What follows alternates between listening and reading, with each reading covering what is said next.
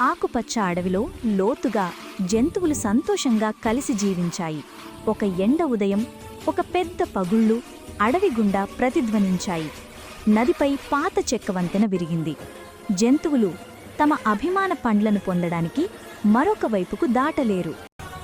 Leo సింహం గర్జించింది, మేము దాన్ని పరిష్కరించాలి. ఏనుగు పూర్తిగా లాగ్ను ఎత్తడానికి ప్రయత్నించింది, కాని అది చాలా భారీగా ఉంది. మియా కోతి చెట్టు నుండి చెట్టుకు దూకి లాగ్లను కట్టడానికి తీగలు సేకరించింది మరియు జాజు చిలుక పైన ఎగిరింది. ప్రతి ఒక్కరిని బిగ్గరగా మార్గనిర్దేశం చేస్తుంది.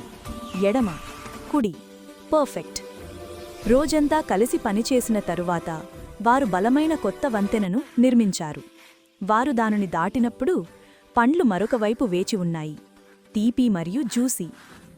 లియో నవ్వి, మేము ఒకరికొకరు సహాయం చేసినప్పుడు మనం ఏమి చేయగలమో చూడండి. అందరూ ఉత్సాహంగా ఉన్నారు మరియు పండ్లను సంతోషంగా పంచుకున్నారు.